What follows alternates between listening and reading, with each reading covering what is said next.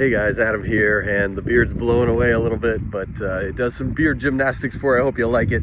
Hey, I want to talk about something in light of all of the IHOP-KC controversies and the report coming out and all these things. It brings up a bigger question, which is, can the church exist if it's not big? Can the church thrive and accomplish its mission if it's not large in this corporate entity that we've come to know?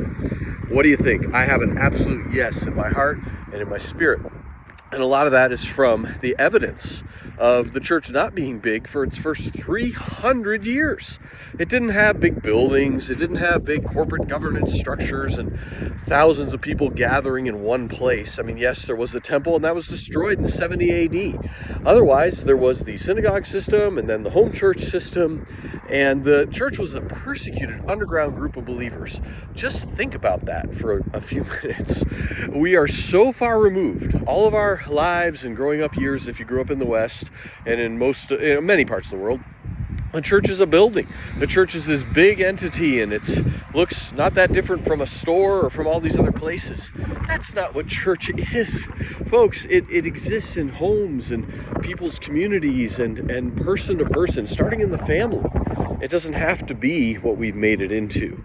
And so take heart. I know many people are discouraged with IHOP going through all these things, and it's certainly changed my life, but it didn't stop me from loving Jesus. It didn't stop me. It actually emboldened me to gather more with people that I know and can look in the eye and that can look me back in the eye, speak into my life. What if I was or someone was falling into some kind of sin or problem like that? You want to have real people around you that can know you and talk to you and say, hey, what are you doing? Or how's it really going in your life and your relationships and your family? That's why we're falling into these pits. People are hiding behind platforms and this big name and all this kind of stuff, and yet their lives are falling apart, and families are falling apart.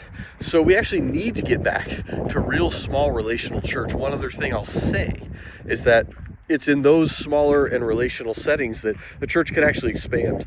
We've put so much money and effort into recruitment and getting people in the door and having better donuts and better coffee.